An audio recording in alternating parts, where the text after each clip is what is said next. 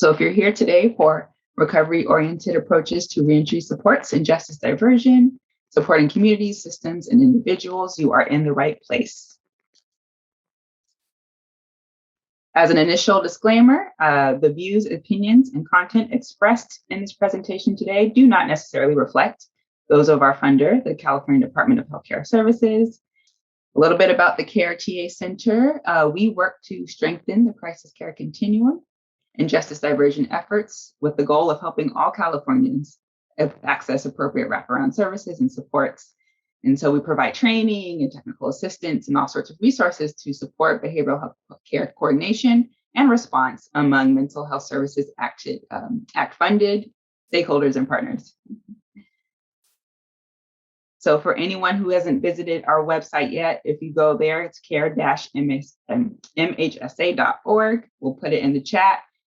If you go there, you'll find all sorts of resources. We have a robust library of over 400 toolkits and guides and previous webinars that you can access with topics related to crisis care continuum and justice diversion. You'll also see a listing of previous trainings that we have and trainings that we have upcoming. And you'll also see some resources connected to our asset map, which lists out crisis care services by county across California. So if you're looking to get support with any types of services in your area, you can go and check that out there. And so with that, today, Daryl McGraw is here to host a recorded session on strengthening the role of communities, systems, and individuals in reentry support. Of course, each of these components is very important and play a critical role in, and they all must work together in order to support the successful reentry into the community. So for those of you who've attended the Anti-Racism and Crisis Care Continuum Conference earlier this summer, you will be very familiar with Daryl. So we're very happy to have Daryl back. And along with all of you, I'm very excited to hear about how justice-involved individuals can best be supported in reentering the community. So I'm very happy to pass it over to Daryl, and I'll remind folks, please post in the chat if your name, where you're coming from, your county, and your organization. So thank you so much, and I'll hand it over to Daryl. Hello, hello, hello, hello. Thank you, Anna. Appreciate it. Welcome everybody that's here. If you don't know me, my name is Daryl McGraw, a senior racial justice equity manager at C4. I want to thank the CARES team for inviting me back. I see a lot of people in the chat box. I like that chat box to stay hot, so feel free to say hello. I'm in Connecticut. It's hot right now here where we're at, so I love that. Just say hello. Where you from? Tell me what state you're from. I like to keep the chat box going. We're going to start this video. So I've already done this presentation. But as we're going to be watching it together, you guys can critique it. Be nice, right? And what we're going to do is talk. We're going to have a talk back after. But if you see something stands out to you, throw it in the chat box. You got a question, a comment. If you like what I'm saying, throw a thumbs up. We love the thumbs up, hearts, whatever. We're going to do this together, and then we're going to go on this journey, and we'll be able to chop it up right after it's all over. So I appreciate it. I see you, Nicole. I see Franklin County, Massachusetts, trying to get out there, about to do some work out there, Becky. So yeah, just let me know where you're from, man. Let me know where you're from, and let's go. Let's get it. Just working with justice-involved individuals. I'm super excited to talk about this topic. This is one of the topics I'm passionate about. We're going to start off with the SIM, or the sequential intercept model. A lot of times you'll hear organizations talk about evidence-based practices. This is one that's most commonly used or discussed when working with justice-involved individuals. I will go through the intercepts really quickly, just so you're familiar with them. I don't want to preach to the choir, because I'm sure many of you are familiar with the SIM, and those of my justice-involved individuals that work in peer forums, I want to make sure you know where you may fit or there's always opportunities for us to work within the intercepts. So, intercept 0, community services, involves opportunities that divert, right? Keep people from actually entering the criminal justice system, crisis services. So, 911. So this is intercept 0 is more of the community service piece. When you go to intercept 1, we're talking more, this is law enforcement involvement, emergency services, dealing with individuals or interacting with individuals who may have mental health or substance use challenges. And it allows people to be diverted to treatment instead of being arrested or booked. That's intercept 1, my friends. Then we talk intercept 2, which is court and hearing. So now the individual that we're in question is more than likely been arrested, and now they're dealing with the court system, right? Jails, clinicians, social workers, court officials during the jail intake or the booking process. So this is another intercept, meaning an opportunity to engage an individual at the time of involvement with the criminal justice system. So this is an intercept. You guys with me? Stick with me. Let's go. So intercept 3 is jails and courts, involves a diversion of community-based services through jails or courts, right? So this is when the judge or the court system actually sends or recommends you to a certain service or program. A lot of times, these are, what we have, I think in my state, we have something called AIC, which is the alternate to incarceration program. So a lot of times you'll go to these instead of going to prison. So these are different diversionary. In other states, I know a lot of my friends in other states have similar programs. They're called different things. This is where our drug courts are come into play and all of that. Then we're going to go to intercept 4, which is one of the ones that I always speak mostly about is reentry, right? Reentry involves supporting an individual, our friends that are coming home. And one of the number one things I got to tell you, my friends, while you're paying attention to this, is when an individual is released from prison, whether it be 1 day, 10 years, whatever, the most important thing that you could tell that individual is welcome home. Welcome home. So I encourage you to do that as we move through these intercepts, making sure, because many times individuals are released from prison and back into the community, and everyone says, well, I hope you learned your lesson. I hope you got this right, all these things. But the most encouraging thing that we can say to an individual returning is welcome home. So I encourage you all to do that. And just remember, reentry is linking people to services. We're going to talk about forensic peer support. This is one of the areas that forensic peers work the most in, but can work in any portion of the intercept. And then we're going to talk about, we're also going to move to intercept 5, which is community corrections. Community corrections is our friends that ankle bracelets, individuals that are in the community, but still under supervision. There are many thousands of people currently right now that are not incarcerated, but under supervision. So this is community-based criminal justice supervision. We're talking parole, probation. These individuals are being supervised by some organization or agency. So we're going to move forward. So the intercept is one of the most common, most evidence-based practices. But I want to point out, we are definitely missing one. No, I wasn't sure if we were going to talk about that. I see everybody's cameras off. You guys are watching the video. I just want to make sure you're in the building. Give me a thumbs up. Let me know I'm not alone. Thank you, Dave. Let me know that I'm not alone. We're all watching this together. Y'all paying attention. I like to make sure, man. I'm going to jump in every once in a while to do a little feelings check to see where we at.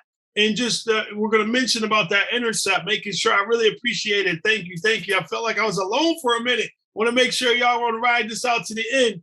But the one thing that we talk about the intercept, and it's going to be mentioned in the video, the one piece that's probably one of the most important 2 things. Reentry begins at the beginning of the sentence, not the end. So let's be clear about that. Any of you that are doing this work, working with individuals that are justice involved, make sure that you are advocating for the reentry process to begin at the beginning of the sentence and not 60 days, 90 days. You know how they like to try to every once in a while work with people 60 days out, 30 days out, a week before they're released. I tell you, one of the most challenging things that I've ever had to work with was when trying to get everything together in like 30 days a week. You know what I'm saying? So I just wanted to make sure we say that. The other piece is that one of the most, and that leads me to what's missing in the intercept, and this is considered, right, the evidence-based practice, right? but they don't talk enough about in-reach. In-reach, meaning that you are actually working with individuals on the inside of the prison system. That now, due to COVID, we know that it's challenging. Some of these institutions have electronic devices, but we need to figure out when we're faced with these challenges, we have to figure out ways that we still in-reach those brothers and sisters that are behind the wall, that are facing coming home. We got to figure out ways to connect with them. You know, we did a big writing campaign when COVID first started. I got all my friends on social media. I got them all to start writing people in jail. I gave them a list of names and I said, write them and just say hello. Just let them know that they're not forgotten about. So we got to make sure that we're doing in-reach every chance that we get when we're doing this work. We got to make sure that we are preparing people to transition back into the community. I just wanted to make sure that we jump in and say that this video, this training was amazing. And I'm so happy to be going through this with you. I appreciate it, Dave. I see you in the building. Marlene and Iman, how do you say your name? Unmute yourself because I might have to call on you again. How do you say your name? Is it Iman? Iman. Iman. Iman. Yeah. Iman, I got you. All right, let's go. Let's crank that video back up. I just want to check in with y'all, see how y'all doing. Let's go.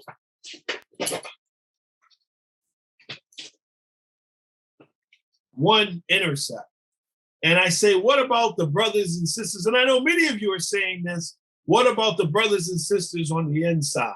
What about them? And I would say, if I'm going to be honest, I'm going to say, what about us? And here am I with hair. So my kids a lot of times don't think I had hair, but here I am in an earlier jail picture when I was incarcerated. And the other picture is of my brother, Stephen. And I'd love to bring Stephen in right now. Excited to hear what you have to say, bro. Let's go, man. Let's get it. Daryl, thank you, brother. It's great to be here. It's great to be with you. And every time we can come together around Justice Involved, brothers and sisters, it's a powerful and important time. And I'll just say about that picture on the right, while you were hoping for hair, I had too much. So we'll just move on. What I want to talk about is ways that we can support our Justice Involved brothers and sisters out there. And we're going to come at this with evidence-based practices. So, let me walk you through these 3 evidence-based approaches. And each one of these practices has really been responsible for helping a large number of people find and remain in recovery. And that's really key. Now, when I provided direct services in and around Nashville, we talked about like the SOAR program. It mattered, right? So when I did that and engaged with folks around SOAR, and SOAR, by the way, is SSI, SSDI, so Supplemental Security Income, Social Security Disability Income, Outreach, Access, and Recovery. That's the SOAR acronym. It's a national program, and it really is designed to provide rapid access to Social Security Disability Income benefits if you are an eligible adult or a child and experiencing or at risk of homelessness and have a serious mental illness, medical impairment, and or a co-occurring substance use disorder, and all those matter. Now, by providing increased access to SSI, SSDI income supports, the program directly addresses what SAMHSA asserts is that in order to recover, people need a safe and stable place to live. Absolutely. And again, this is essential. And for many persons in recovery, accessing the benefits is first step. SOAR also promotes and encourages employment or return to employment as a means to increase individual income and promote recovery. And I'm going to say it again. SOAR does not keep people from working. It encourages, promotes, and supports people who want to work. And SAMHSA argues that for many people to recover, they need meaningful work and the ability to enhance their skills and knowledge through education and training. Next slide. So we're going to talk about motivational interviewing for just a second because it's a method of communication. This is an important distinction. It's not an intervention. It's a method of communication, and it's often used to address the sort of ambivalence that many of us with addiction histories, I'm certainly one of them, experience. And it also does a lot of, it has a lot of work or golly, I can't think of the word, but it supports physical health conditions like diabetes, heart disease, asthma. It can be used both for addiction challenges and for physical health challenges. Now, MI at its core, it helps people wrestle with and resolve these ambivalent feelings, these feelings of tension, right? And the insecurities that we have around our use, our recovery, whatever it may be. And the whole goal is really to find the internal motivation or the gumption, as my old granddad would say, that folks need to change their behavior. And we tend to embrace and sustain change a lot more when we've concluded that the change is good and necessary for us, rather than trying to do this when somebody else thinks we should make the change. MI, practical, empathetic, short term. And it really thinks about for us how difficult it is to make challenging life changes. Next slide. MI matters because the data and the research around it tells us that this particular communication style, it outperforms traditional advice giving in sort of that treatment modality of a broad range of behavioral health problems and diseases, especially when MI is performed in a clinical setting where you can really attend to the fidelity of the model. But motivational interviewing has had a significant and clinically relevant effect in approximately 3 out of 4 studies, with an equal effect on physiological, 72%, and psychological, 75% for diseases. Next slide, please. MI works. Critical time intervention, what it does is it tries to prevent recurrent homelessness in people with severe mental illness who are leaving shelters, hospitals, or other institutions. It's a 9-month program. It's delivered to each participant by a single case manager. That's important to understand. And typically that person is usually an individual with a bachelor or a master's level degree. And they've been trained in CTI, and they're often supervised by a mental health clinician. As I said, there are 3 phases. Each one lasts approximately 3 months. And CTI shares a similar focus to some of the long-term, like the assertive community treatment, the ACT, intensive case management models, the ICMs. And the goal is to reintegrate clients back into the mainstream community, first by supporting and assisting with independent living skills, and by building effective support networks. That's really critical. And like ACT and ICM, the CTI approach relies really heavily on effective outreach and engagement by staff working in the community rather than in an office.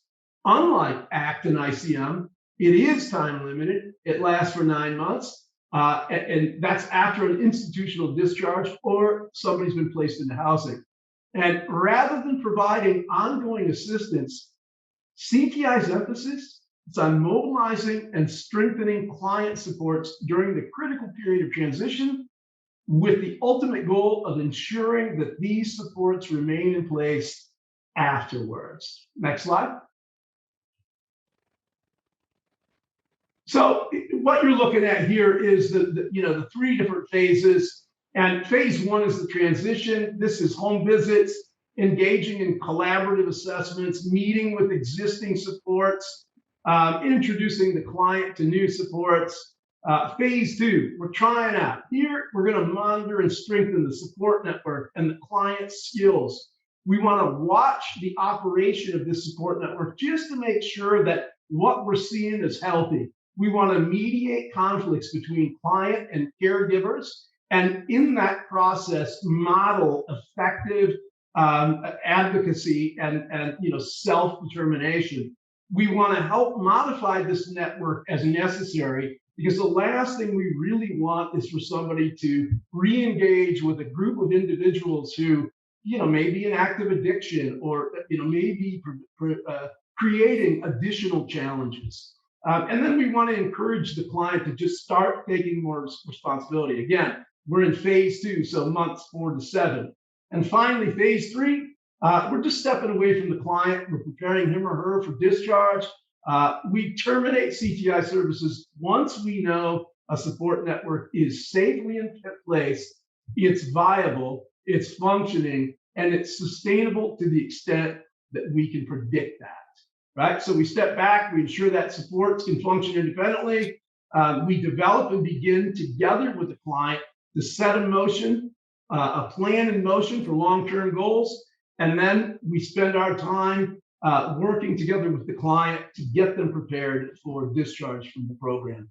One important point, it's not, when the program ends, it doesn't mean goodbye. We're here for the individual whenever they need us. And if things start to go south, please return to us and we'll work with you to support you. Next slide. So CTI matters because it produces sizable reductions, not just some.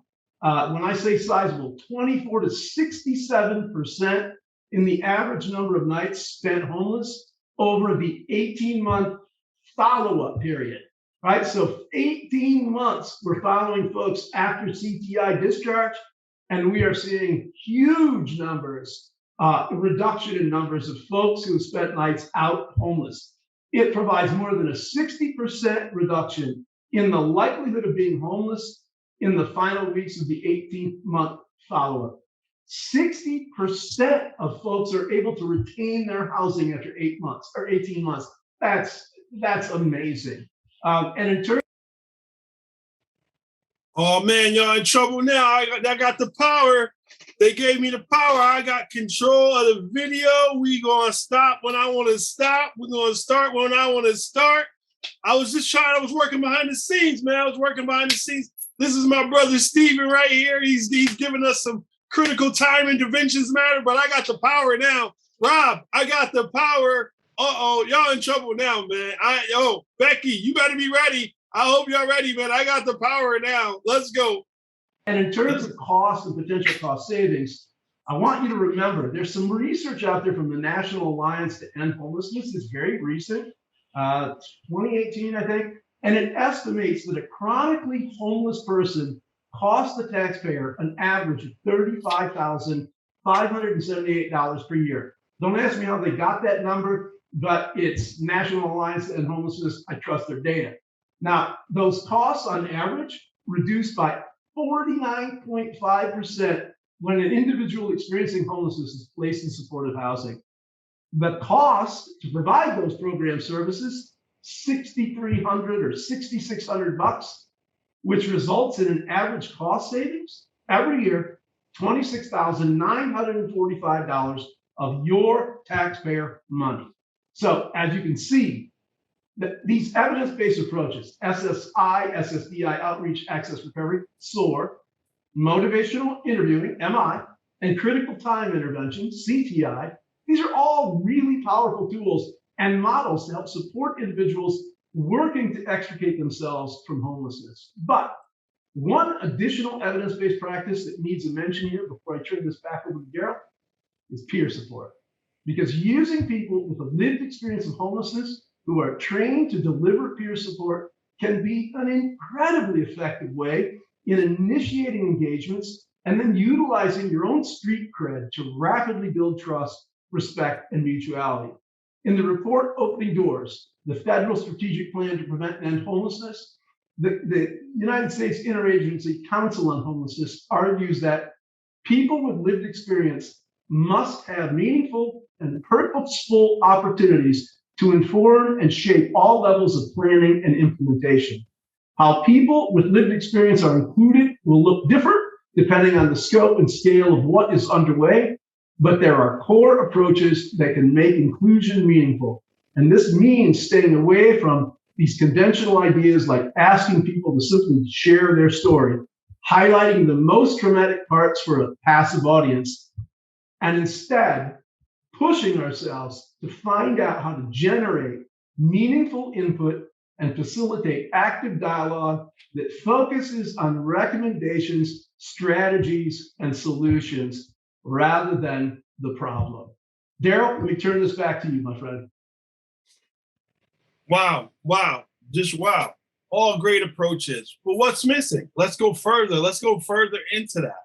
Like, man, I love everything that you said, brother. I appreciate it. I love presenting with you. You bring so much heat. I'm excited. And those of you that do this work, I'm hoping that you opened your toolbox and put many of those different, because when we're working with humans, we need different approaches. Everything's not cookie cutter. So if this doesn't work, if MI doesn't work, then maybe you look at the critical time. So you have so much more to go with. And I'm definitely always talking to my fellow brothers and sisters that work in this work as peers, because we're just going to keep giving you more and more tools to stick with us. We're going to go a little further on. But what's most important? What's missing? What's missing a lot of times, what's missing is connection, right? The connection, as many people know, is very important. And over the years, we started to see, because the connection is not made, a lot of times because not understanding an individual who may be just as involved, who may have just returned from a long period of incarceration, has not perfected his or her connection skills. So sometimes they may appear to be, I don't even want to say it, but non-compliant, right? They may come off or appear to be non-compliant, but it's more about they didn't make that connection. And we're going to talk more about that.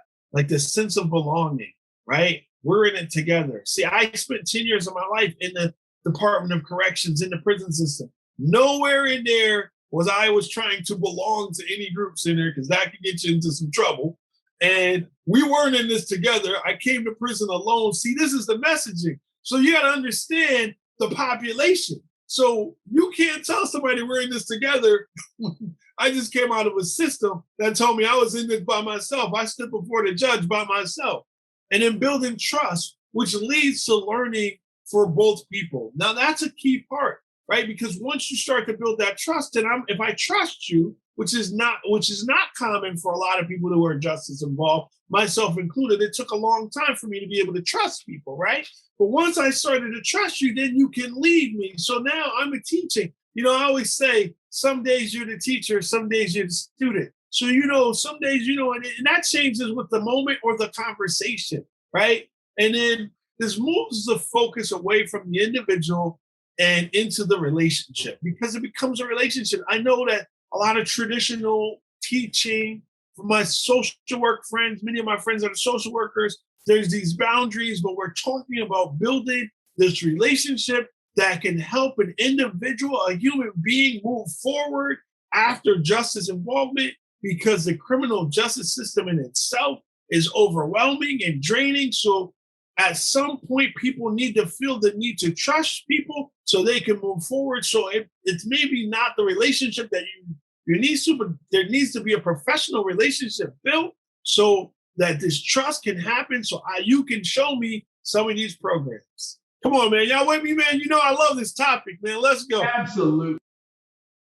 Man, I don't know about y'all, right? But this dude seems like he knows what he's talking about. I don't know where they found him at, but he sounds like he knows what he's talking about. And I don't want to, we cannot let this just go by without really emphasizing on the connection to connecting with individuals that are transitioning out, that are justice involved, those struggles that individuals are having after incarceration, after being charged with it or finishing their requirements to the criminal justice system, because there's so much disconnection, right? When I was in the street and I was using substances and so on and so forth, I was disconnected from my community, disconnected from my family, disconnected. I was alone. So now when we start to talk about connection, we talk about that sense of belonging, where people are talking about we're in this together. We're talking about building trust and leads with learning from people, from both people. This is the onus is on us, because I don't know if y'all caught that, and I hope y'all paying attention. I hope you're paying attention, because the system will say that you failed. That's why recidivism rates are high. They will say you failed. They don't look at the system saying we failed that individual. We did not meet the needs of this individual for them to be successful in transitioning back into the community. Come on, Robert, we ain't playing no games. Melissa, we came here to tell the truth. Let's go, man. Y'all think we playing some games? No, recording or no recording. We here to talk the truth. Let's go. Absolutely. Absolutely. If we're going to talk about that, before we can even get started, we got to really talk about if your organization, and I know many of you are, especially my friends in California, I know you're really familiar with the person-centered recovery, right? Person-centered, right? We should be focusing on the individual, right? The individual walks through your door and they say, this is what I'm looking for. We don't say, well, this is what you're going to get. Because see, the criminal justice system is set up that way. This is what you're going to get. But when I come through your door, when I come for services, I'm now you're exposing me to a different way. You're trying to help me reunite, re-enter society. So with that reintegration process comes choice, right? Becomes the opportunity. Now you are introducing me to what? Choice. So that is person-centered recovery. That is starting over again, right? The having hope. Man, for so long, I walked through life with no hope, having a place to live. Stephen talked about homelessness, right? Having that place to live, having a healthy relationship. Man, for years, I went through life not knowing what a healthy relationship was. If you're in the street and you're in the drug game, there's no healthy relationships. There's, what can I get from me? I'm getting mine off the top. I know many of my friends who are in recovery, who are doing this work are right now cheering because this is what we're talking about. And we need to be the teachers of these organizations so they understand we are in the business of getting people out of prison and keeping them out, staying out, having the same rights as others. Why wouldn't you? Just because someone made a mistake, they should have the same rights as anyone else to live where they want and work where they want and really enjoy life, man, despite the choices that they may have made under the influence, dealing with a mental health challenge or even poverty. Come on, man. Y'all with me, man? Let's go, man. Let's get it, man. I'm enjoying this topic. And y'all with me? Daryl, Throw some thumbs up. Let me hear you. Let's go, man. Let me see some thumbs, man. I don't know if y'all in the building, man. Am I watching this video by myself? Okay. I love the hearts. I love when you give me those hearts. Give me the hearts, man. I love them. Let's go. Y'all like what we doing, man. Throw me some hearts in the building. Make sure I'm not alone, man. Let's go. I love it. And for me, what I'm trying to share or convey, I think with what I'm saying here, is that that too is a choice. In that, if we experience a return to use, it's part of the disease, and it's not something that you boot a person out of a program or hold them accountable in a punitive way to teach them a lesson. Right. Oh, brother, I really appreciate that because many of my friends who struggle with opioid use disorder or struggling and they end up going and MAT is now this new, the golden bullet, if you will, but without recovery, so other recovery supports, it's really hard for a person going through those transitions, right? So they may end up, listen, I stopped it because I wanted to make sure y'all heard that. MAT is a treatment and it is good for those that need it. But without recovery supports, without community, without you human beings showing me how to live, that's all it is a treatment. You still got to show me how to live. I still got to learn how to pay my bills. I still got to learn how to go get a job. Still got to learn how to have relationships with my people. I got to know how to be a dad. I got to know all these things. MAT is not going to give you that. It will give you the stability to be able to be functioning to learn all those other things, but I still need you as a community to help me go. So come on, man. I just want to make sure we get that point across. Let's go. Medicated assisted treatment, no doubt. That's what it is. We also, at C4, we talk about medication assisted recovery. We talk about recovery. We talk about transitioning. We talk about owning this. Come on, man. Let's go. Y'all still with me? Somebody put some fire up in the chat. I really liked the fire. I just want to say, I'll let y'all know I do like the fire. Let's go. With a slip where they end up relapsing and now they're banned from the program. They can't come back. Or so we need to be thinking about that. And I'm hoping that everyone that's paying attention to this presentation is looking at these circles, building a positive community. And once again, starting over again and over again. One of the most traumatizing and one of the most horrible things is having to start over again and over again and over again. We are trying to save people from that. This is why we're doing this presentation today. I hope you guys are enjoying it. I'm hoping you're getting some information. You know, we're going to keep bringing this heat right here at C4, man. You know what we do.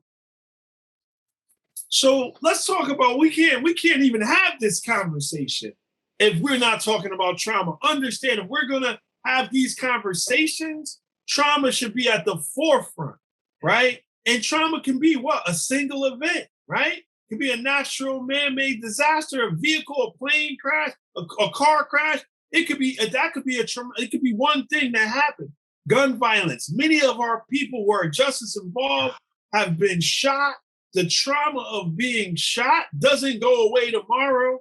Those of us that saw George Floyd, who are familiar with George Floyd, one of the things he said before he was pulled out the car, please, I have been shot before, right? So he was already traumatized. Come on, my friends, you got to be paying attention. It's all about asking the right questions. It could be interpersonal, intimate partner violence. Many of my sisters talk about interpartner violence, right? They talk about their experience with domestic violence. So, right, we're talking about traumatic exposures. You know, many of our friends that come back that may be involved in the justice system, may be in the military service, right? So have been in wars, right? Combat injury, torture, the things that happen in military, things, ongoing life, you know, when we talk about historical trauma, I mean, this is a whole presentation right here, brother. I could go on for days when we start to talk about oppression and genocide and community violence. You know, we have a presentation that we talk about urban trauma, the experiences of growing up in an urban environment and witnessing violence and becoming a perpetrator of violence. Yo, you want to know about that? Make sure you reach back out to us. We'll do another presentation on that just exclusively to talk about that. And then we can't forget ACEs, right? We got to talk about ACEs, the adverse childhood experiences, right? Childhood, physical, mental, sexual abuse, neglect, abandonment. I am a survivor of childhood trauma. And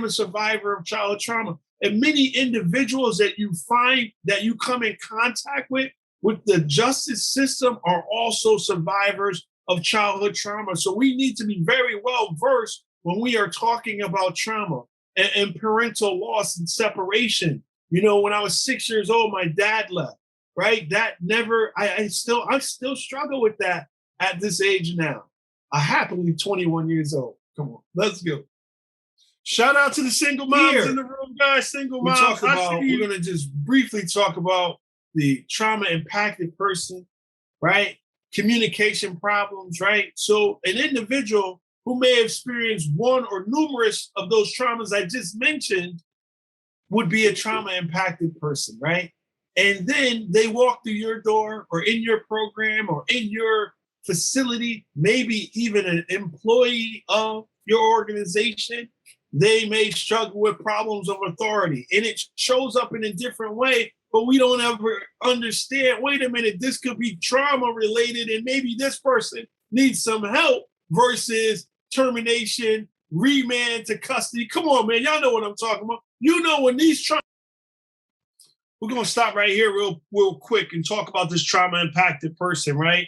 I love having a good time talking about a topic that we're passionate about, because hopefully I believe in a ripple effect that you guys will take this information and go back to your communities and help others transition so they don't have to cycle in and out of systems and out of correctional systems and into treatment facilities. So understand this trauma impacted person, right? Confuse the sense of justice, right?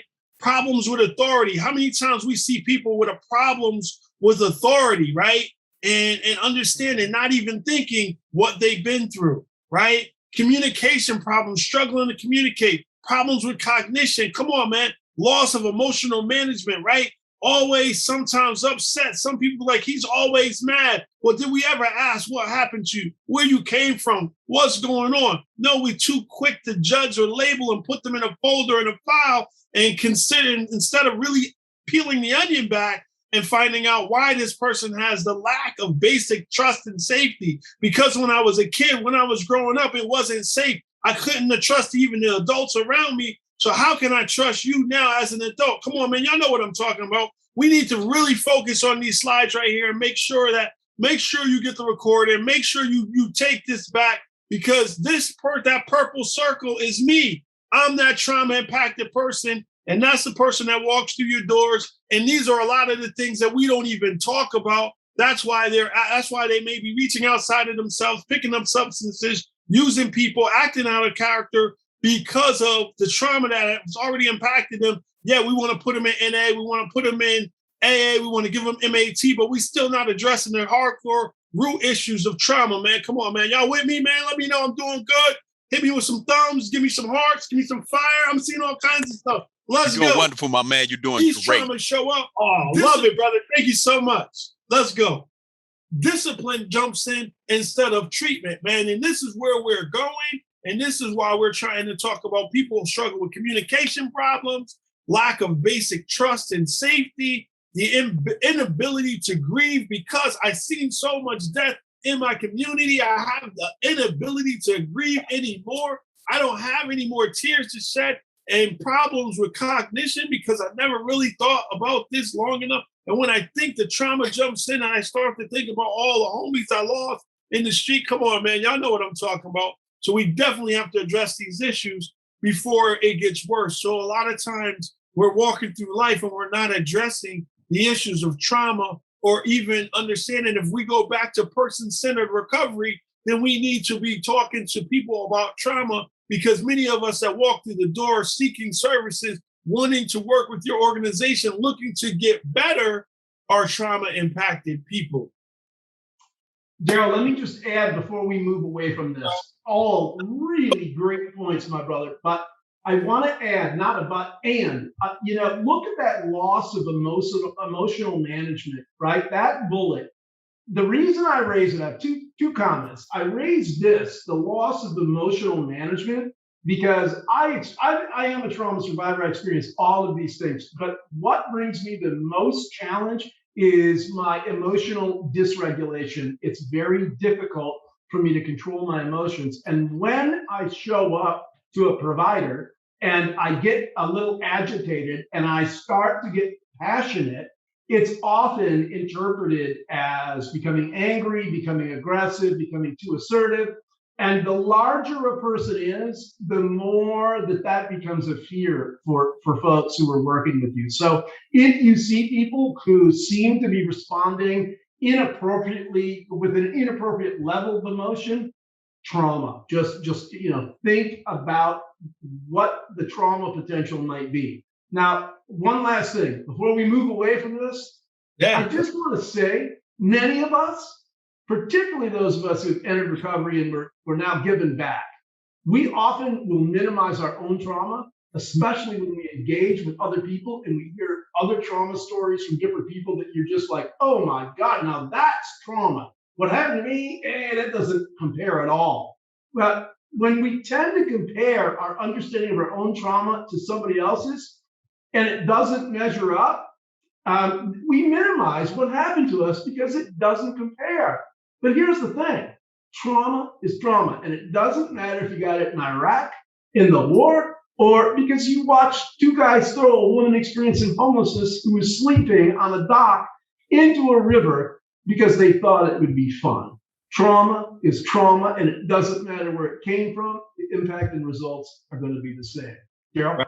I appreciate that, brother, because you said trauma is trauma, and going unaddressed only creates more problems in an individual's life. And many of us, as I said, like myself, being a survivor of childhood trauma, it only just manifested and got bigger. I love the point that you made about the loss of emotional management, right? And perception, right? Sometimes perception is reality. So here I am, I'm 6'5", bald black man, and I get excited to present these slides. I get excited to present on topics that I'm passionate about. But sometimes, like someone that may be packaged like me, you may think that it's aggressive. You may think that I'm upset, or if I'm passionate, I'm just passionate. So I'm just speaking to my other passionate people that are out there that get excited when we get an opportunity to present like this. But I really appreciate that comment, brother. If you passionate, man, throw a heart in the chat box, man. If you passionate about this population, you passionate about this topic, man, let me see some hearts, man. Let me see where you at. Some of y'all done left. Y'all went to get a snack or something. You're missing the best part because we're talking about passion. And sometimes passion can be confused, right? Sometimes they don't know we're so passionate when we're working with people that it comes off and it can be confused as anger. So that's why we need to be able to speak to that and say, she's not mad, she's passionate. He's not mad, he's passionate. He's upset that these people are homeless. He's upset that we don't have a bed for this person. I'm upset that we got to turn this person away because we don't have enough services. I'm upset that this person got out of prison with no ID. So yeah, I'm a little passionate about that because I got an ID. I got a way home. Now I got to go home wondering how this person going to make it to the next day. Come on, man. This ain't no game. Oh, y'all thought this was a game? Come on, when Karen's bring me in the building, we doing business. Let's go, brother. And, I think that, moving forward, I just wanted to make these points because this is important when we're talking about trauma and dealing with justice-involved individuals. And we say justice-involved because it doesn't necessarily mean that you were incarcerated. You may have been arrested but not done any time. That doesn't make that your trauma is any less than anyone else's because you didn't do time. It just means that you are justice-involved, and many of those barriers that we will talk about may also affect you. Just because you did not do a prison sentence does not make anyone less justice involved. But when we are talking about working with these individuals, especially our brothers and sisters that are coming home, like myself, I experienced institutionalization. And what does that mean? That means that I needed a structured environment in order to function. I needed a structured environment in order to. Hold on, y'all got to pay attention to this. This is some good stuff. I don't know, Yana, where'd y'all get this dude from, man? I got to meet this guy. This right here, y'all don't want to miss this, man. Y'all don't want to miss this. This is good stuff right here. Pay attention. If you went to get a snack, throw it down, come in there and pay attention. Let's go. In order to function, and I didn't like that. So what do you mean by that, Darryl?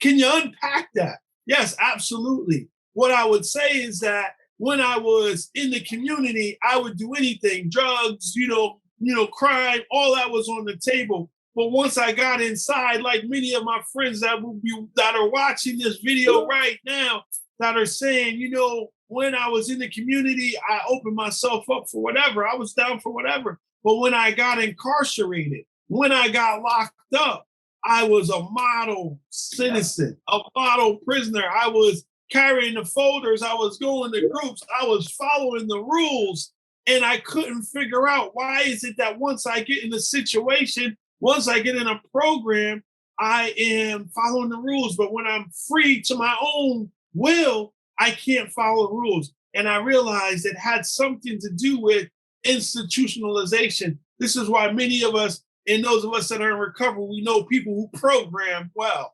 Right? They program well. So they go to programs and they do really well, but then they go out in the world and they can't figure it out. Institutionalization. Yeah. And then we sprinkle a little PTSD in there. We already talked about a lot of the trauma that comes along with that and antisocial personality traits. And this is for a lot of my friends who have done considerable amounts of time who weren't, prison isn't a social environment. Right? And they may have struggled with some trauma going in because, see, we go into prison traumatized. We go into prison with our trauma.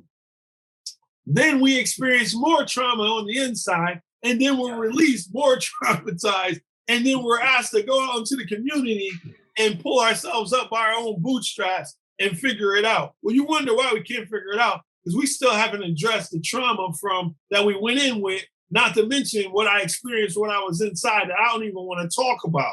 I don't want to talk to the family about it. I don't want to talk to the clinician about it. We don't talk about it, right? Antisocial personality traits. I'm not social. I'm not connected like people would, that you would think someone would. So we need to be addressing those issues and starting to be able to recognize some of the issues that individuals that are returning to the community with so we can start to work with them. And, the social sensory deprivation, and this is for many of my brothers and sisters, like myself, experience solitary confinement. If you experience long periods of solitary confinement where the lights stay the same, you with no social contact, and then a lot of times people are being released from prison, from solitary confinement, straight to the street, straight to your program. So you're going to see a lot of this social sensory. You're going to see this deprivation in syndrome. You're going to see the many individuals who do not know how to connect with people because they have been disconnected from people for a long period of time. So listen, man, we didn't come here to play no games. We came here to give it to you right, and because we need you to do your job to be able to help individuals get out and what? Stay out. I just want to add to this, and Susan makes a valid point in the chat box about the individuals that are running the prison are traumatized too. It's impossible for you to work in a dehumanizing system and not feel some effects from it, right? This is why corrections officers and law enforcement have high suicide rates, right? You're watching people constantly in and out, be not day in and day out, being traumatized, being dehumanized, and sometimes you can't even say anything about it because that's the culture, and you don't want to be outside that particular culture. So many of us can't even work in there because we understand how the system works, right? And, you know, when we start to talk about racism, we can talk about that too. That's a whole different chapter. Kara's going to bring me back on that one. But let me tell you, these institutionalized personality traits, the post-traumatic stress disorder, antisocial personality traits, and the social sensory deprivation syndrome. Understand, if you're not knowledgeable about any of these 4 categories, what happens is you're labeled within the organization as maybe non-compliant. He's antisocial. He doesn't play well. You hear people say he doesn't play well in the sandbox. Well, I just came out of prison. Let me tell you, we weren't playing in any sandboxes in prison. Let me tell you that I was just spent 10 years in segregation. There were no human beings. The lights never changed, so my eyes are a little messed up. I don't trust people because I had to fight all my life, right? So that institutionalization where I needed that structured environment in order to function, yeah, I might come out with a lot of that.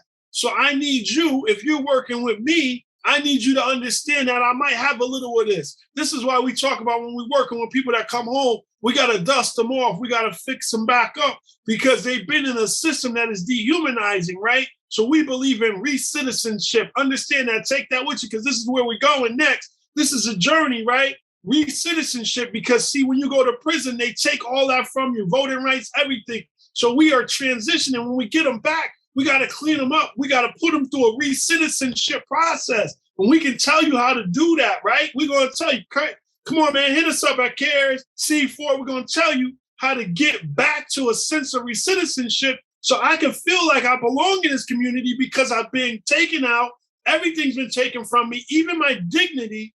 And now I need someone. I need you. I don't need just your programs. I need you to show me how to make this thing work. Man, you know what I'm talking about, man? Let's go, man. Let's get it. Man, we talk about these moving forward. I pointed out some facts, and I just want to make sure we get these points here as we move forward, as we're getting closer and closer to the close. I don't want to miss any marks, is that the lockdown effect, common barriers for recently released individuals. Now, these are my friends who have spent some time, and it doesn't matter, 6 months, 6 years. If you have lost your freedom, you may experience some of these things, right? Struggle with employment, education, trying to get back into school. Some of us went into prison with no high school diploma. Now we got a prison record and no high school diploma. So how do I go back to adult ed? How do we support these individuals? With many of my friends, my mentor who went back to prison at 56 years, went back to school at 56 years old to get his high school diploma because that was the most important thing to him. But that was traumatic even for him because now he was trying to do something that he hadn't done in 56 years. Come on, man. But we need to support these individuals. And as we know, coming out of prison, criminal record and some of these offenses makes it even harder.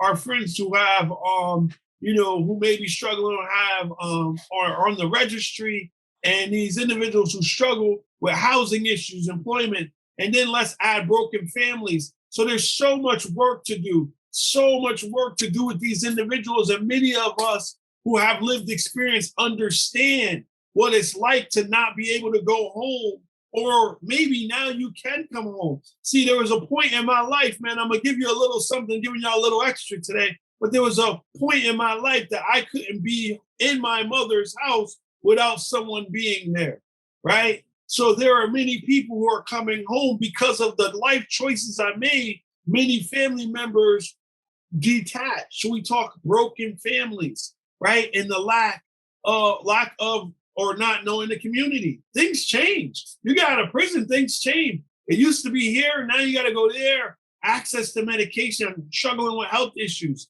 And then what? Transportation. So all these things, I'm hoping that you guys that are watching this training, that are watching this webinar, take heed to what we are saying. These are crucial to reentry, crucial to reentry. Stephen, you want to chime in on this before we move to the next slide? Only that. If nothing else you take away from this, recovery is possible. You know, it made me think about the times I couldn't go into my mom's house. When I couldn't be there alone, now my mom lives in the house that I own. See, you make sure that you let people know that recovery is possible.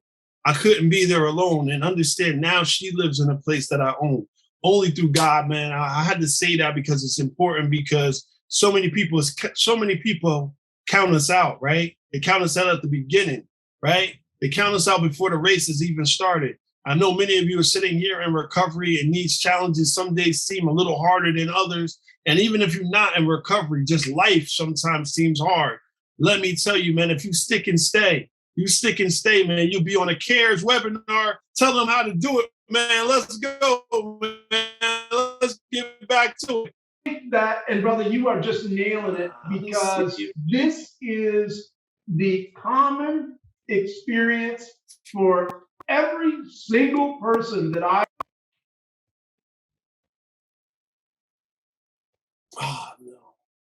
I thought my internet was going. Am I still here? You guys still hear me? Thumbs up. Let me know I'm You're good. All right, cool. That I have known. I thought it was happening. Who has re-entered into our community, including myself. And each one of these, I think what folks really need to understand is that each one of these pieces are requirements often by parole, right? Or by probation. So you have to do these things or risk being sent back to the penitentiary. So when you think about somebody stepping out, no resources, no knowledge, with all of these, barriers for all the things that they need to do in order to remain compliant with their prison discharge orders, is next to impossible, particularly if they're trying to do it alone. Yeah. Right. Absolutely.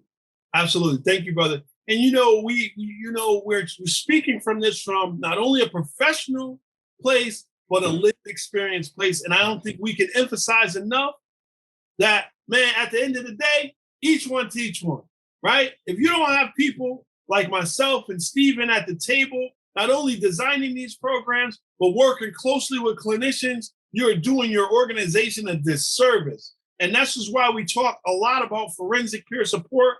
We at C4 offer that training, how to get people trained up to work with individuals, because it's not just having the lived experience, it's about being trained properly so we understand barriers and all the things that come with working with justice-involved individuals. Just because you went to prison doesn't mean that you can work with individuals. I mean, you got the lived experience, you got the street cred, but let us polish you up a little bit. Let us get you right, man. So when you go to work with these individuals, you have something of value to offer them. Because every day is not just a meeting. It's not just saying, my name is Darryl McGraw, I've been locked up. It's saying, how can I help you? Oh, I experienced that. Let me show you this. Oh, let me tell you how I handled that. Oh, I know a brother that went through that. Oh, wait a minute. I don't know that, but I do know somebody that does, and let me call them.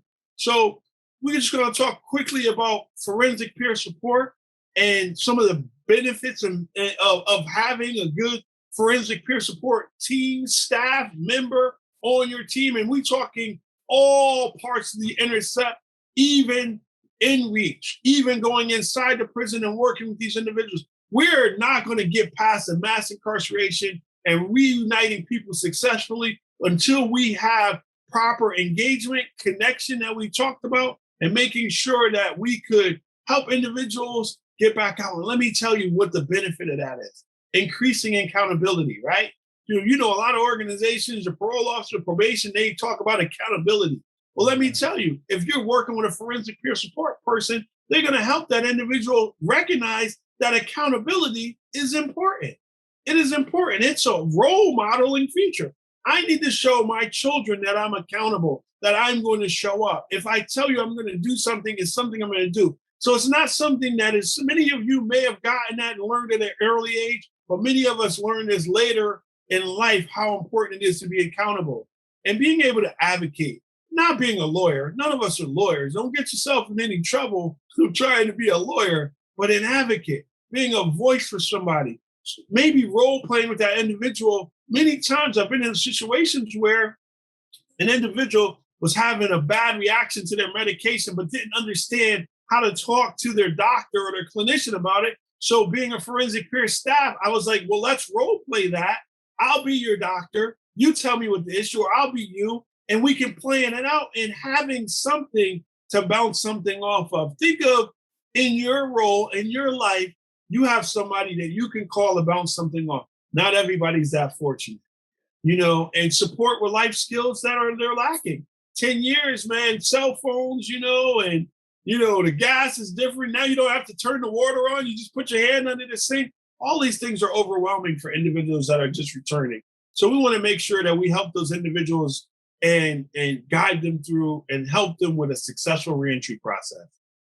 Daryl, there's one other thing there that I just want to add, brother, Good. and it is this. For many of us, we have zero hope.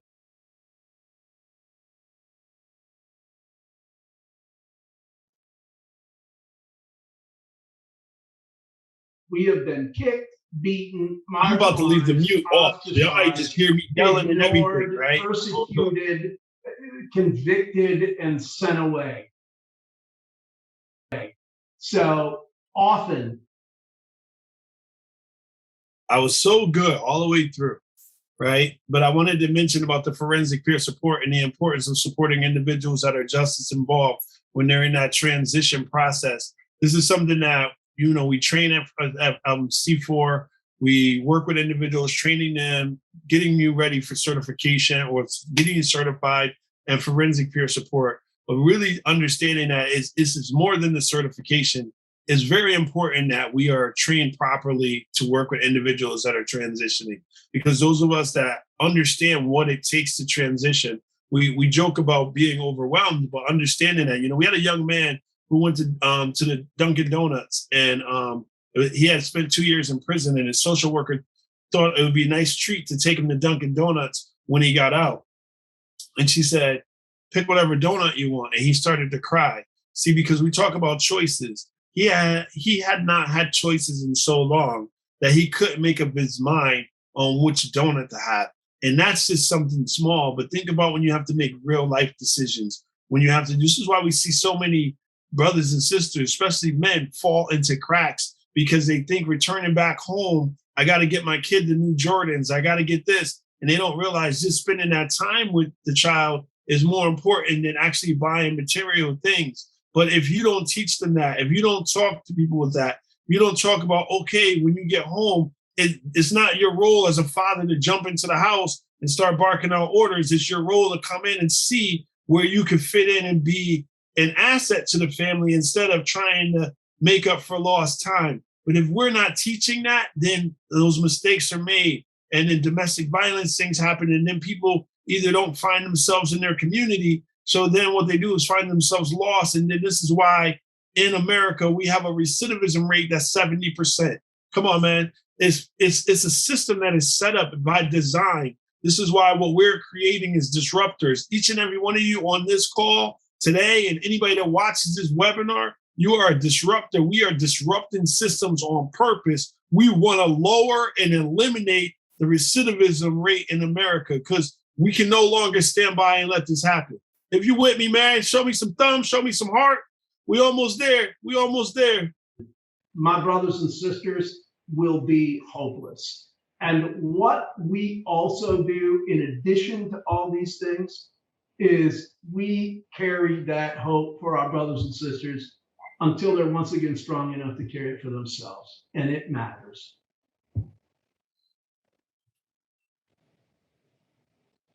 That's my guy right there, Stephen Samra, 4. Yeah, and one of the things that I just wanted to jump to, and I'm super excited to get to, is like, as we move forward, and I'm hoping that you guys are grasping what we're saying. It's so important that this is like a population that is so forgotten about, second class citizens and forgotten about, right? So first things first, we go back to connection, we go back to establishing a relationship. Greet the individual with the smile, the handshake, that welcome home. And there's so much about establishing this relationship, right? And providing, contact information. There's so much. Ask the right questions, asking those right questions, establishing trust by following through, right? So many of us, right, have heard promises, especially returning citizens, right? People promised us in Jamel, they didn't get it. So when Stephen said broken, it mentioned the, battered, broken, and I hate to use the term broken, but broken promises, right? People are, it come out pretty banged up. So if you say you're going to do it, if nothing else, man, if you say you're going to do it, and helping individuals complete paperwork that may be overwhelming. And one of the key parts about that paperwork issue is I found out there's a lot of pride, right? A lot of people come out, they may not be able to read or comprehend what they're signing, so they don't do it. And if we don't ask the right questions, and if I don't trust you, I'm not going to tell you I can't read. I'm not going to tell you I don't understand this, and I'm just going to keep blowing it off. And it's easier to go back to what I know than to try this thing that's new. But if you show me a way to that it's less overwhelming and less threatening, I might be willing to stick around a little longer. Man, and making eye contact, because you know what? We all look in the eyes, man. We look at you and see what you're talking about, right? So, and in talking about like forensic peer support and working within the correctional facility, these are key points because there are two, roles, that opportunities, working within, because we hope, because we believe. I shouldn't even say hope. Let me erase that off the board. Let me give you this, right? See, at C4, we believe that reentry begins at the beginning of the sentence and not the end, right? So that means that forensic peer support, this work that we're talking about, that we're educating you on, doesn't start at the end of the sentence. It should begin at the beginning, right? And that means connecting with individuals within the correctional facility, hopefully a year to 6 months before. We're giving you a lot of tools right now, right? Connecting a year to 6 months before instead of that 60 to 90 days. Imagine you only having 60 to 90 days to try to get your life together and you're about to go into freedom. Understanding the importance of a shared role when you're working in these roles as the mentor, as an advocate. You're not a sponsor. You're actually working with the individual. There's a different relationship when you're considered a coach or a sponsor or a case manager. This is peer support. There's mutuality. There's this lived experience. There's almost a sense of brotherhood. If you ever hear Stephen and I communicate, we always call each other brothers because of our lived experience, right? And then the community-based forensic peer support is the navigation of the criminal justice system as a whole, understanding that, okay, now you're home. These are some things that you're going to have to do. Yes, you have to go to your probation room. Yes, you have to do your parole officer. But if you do it successfully and you show them that you are doing right, your time will be very minimal on probation and on parole. And I'm not telling you that because I read it. I'm telling you because I've experienced it. So, and then being able to share with individuals community resources and supports and showing them where the churches is at, where the food is at, where the food bank is at, and being able to help individuals reestablish themselves within the community. Did you want to say something really quick? I don't know about y'all, but I love this guy. This guy should be a professional. And I came out with a 3-year parole tail that I discharged in 11 months because of this. Yeah. Right. Just doing all the right things, man. This is the business that we're in, man. try to help people, because a lot of times, and I'll say this, we have a tendency to make things a lot more difficult than they have to be, right? So we can show some people the way, we can save them some time, right? Yes. So we talk about forensic peer, so appropriate settings for these. I say everywhere, right? But we're just going to say mental health centers, jail, detention, prisons, state hospitals, halfway houses. You need people with lived experience working there, properly trained, working with these individuals. You want to see your program exceed, you get properly trained forensic people into these roles, and I guarantee you, you will see success that you haven't seen before. Because see, the challenge is there's a lot of disconnect. There's a lot of, I got out of prison, but they still treat me like I'm in jail. Well, if we can get individuals who are properly trained to help these individuals navigate these systems that are already set up and designed, then we will start to see success in a different way. Problem solving course, halfway houses, community corrections. There is room for forensic, properly trained forensic people at all levels of the intercept, even the missing one inside the prison. That's right. Just talking about, like, you know, we know that having transitioned myself, there are certain skills that are needed for successful reentry, being able to find those resources, right? I was my own forensic peer support specialist before I became a trainer in this. I had to learn how to use what I had, like many of us. We talk about survival, but I had to learn a different way of survival. I had to find the supports, the resources. I had to humble myself and say, you know what, I need help, right? So being able to say, maybe you need anger management. You know, I need help re-engaging with my family. One of the best courses I've ever taken while I was going through my process was fatherhood, because I didn't know how to be a father. My dad left me when I was 6 years old, and I had a few examples on TV we won't mention, but I will tell you, I watched a couple of dads on TV, right? And that wasn't going to be the kind of father I was going to be. So I needed to learn some things, right? And, you know, some of us go in with debt, paying child support, right? Understanding the importance of voting. Man, you know, just last year, I had the opportunity to take some justice impacted people to the polls for their first time. Wow. And that look on their face was like, wow, and it was impactful. And budgeting and filling out applications. I remember helping a brother who was in his 50s get his first email. He didn't even know he was, you know, so we talk about using technology and figuring out transportation systems. What we are doing, my friends, is helping someone reestablish their life and relationship in the community. It's not just a job. It's not just, if you think this is just a job, you in the wrong field. Yes. What you are doing is helping an individual get their life back. Come on, man. We need to look at this a lot differently. Because America has made a business on incarcerating 2.2 million people, it's one of the country that incarcerates more people than we need to make it our business to make sure that people get out and have the proper resources when returning back to our communities. Whoa! Amen. Whoa! And just let's go with just making successful reentry. Whoa! You know, making sure that you're providing services behind the wall. We talked about that. That's called InReach. When you're writing your grants, thank me later. InReach, right? Contact and, you know, a client immediately upon, right? Immediately, they should be, you know, right there. And have questions back for them. Have something for them. Here you go.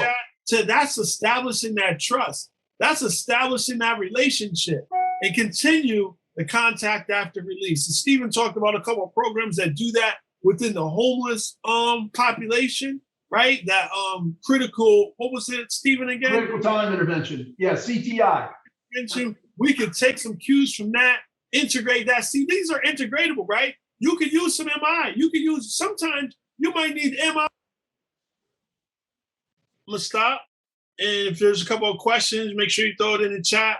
I don't know, you want me to keep the video going, or we want to give some people, if they had questions or anything, or you wanted to take a couple of minutes to do that. You are going to get the video. I know y'all don't want to stop. I didn't want to stop either, but you know we got to do some housekeeping and stuff.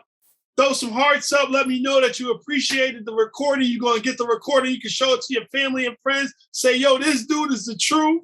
Make sure you do that. Make sure you do that. And we appreciate you. And then I'm going to kick it back to our CARES team. There's like a couple more minutes left of the video. I want to make sure y'all check it out. We don't, right? Robert said, can't stop, won't stop. No, this is we on a journey. We going. So Ayana, what we got? What we doing? Yeah, I'm happy to take a few questions from the audience. If anyone has any questions, you can feel free to turn off your mic and say it out loud, and you can also post in the chat. And while folks are queuing those up and getting that ready, I do have a question, Daryl, that I wanted to ask about how agencies, how organizations can best support peer support specialists in supporting individuals transitioning back into the community. Oh no, that's a great question, and really understanding like the role is different. I think we can't say enough about, I've been saying this all day for some reason, role clarity and understanding the role of people in peer support. You know, just because we identify like don't hire a peer and then have them making sandwiches, make sure that they're doing the real work, connecting with people. If I'm hired as a peer, my exclusive job is to connect with people. And a lot of times the people that I'm connecting with are the people your clinicians can't connect with. Because see, I got a certain skill set. I know how to connect with people. This is on a whole different level. They might not teach this in college. This is lived experience. We are the best evidence-based practice there is, human life. So make no mistake about it.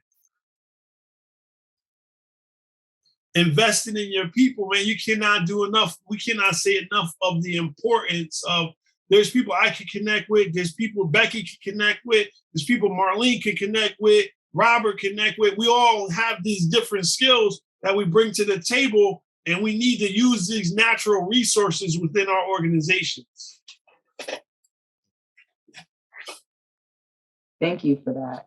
Absolutely. And I have a question related to that too. So for those peer support specialists who are just coming on to their official role, who are new to an organization, new to an agency, just getting started, what do you think are the most important things to prioritize or focus on for someone who's new to that role? Right. So someone who's new, you learning first two things that you should know, especially if you have had experience in the criminal justice system, right? Whenever you go to a new jail, they always give you the rule book. When you get a new job, they give you the employee handbook. Understand what you can and what are hard issues, because I see a lot of my friends get these peer role jobs and then they don't know the agency's policies and end up getting fired for something that they could have prevented if they knew the rules, right? I want to say that's number one, but number one really is treating people as human beings, but understanding your agency's policies, because the policy might be not to give somebody a ride in your personal vehicle. And you do, thinking that you're doing your job, and you end up losing your job. And those of us that are really good at what we do, I'm going to say this to you, especially from leadership all the way down.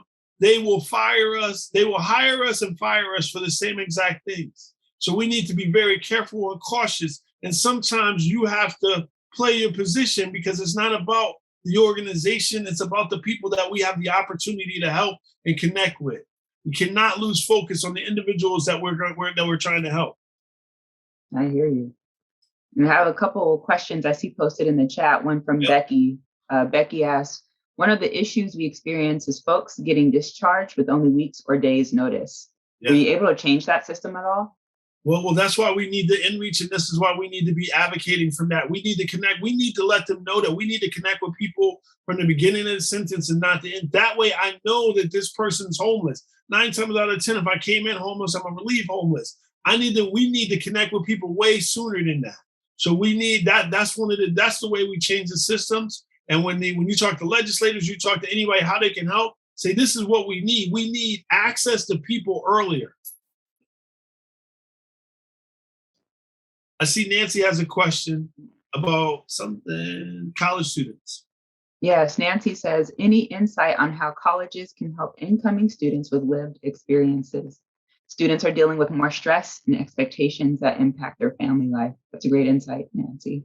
Yeah, I really appreciate that question, Nancy. I got some friends. I just spoke at a university the other day, and they're starting to create these recovery-friendly communities and recovery-friendly campuses. So what we need to do is be advocating for these places, and they just got like a little room where people in recovery. But see, young people don't like the term recovery. So what we say is we try to educate them and start saying substance-free lifestyles. That's kind of cool, right? Old people, right? We like recovery. We talk, I'm in recovery.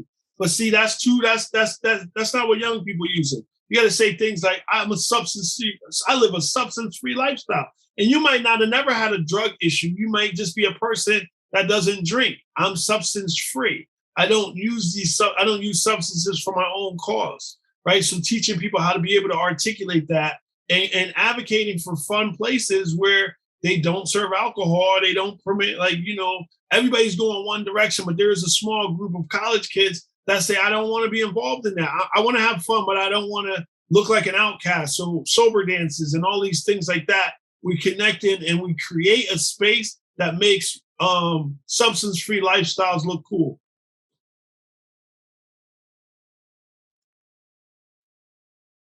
I'm leaving a little space for if anyone has any other questions.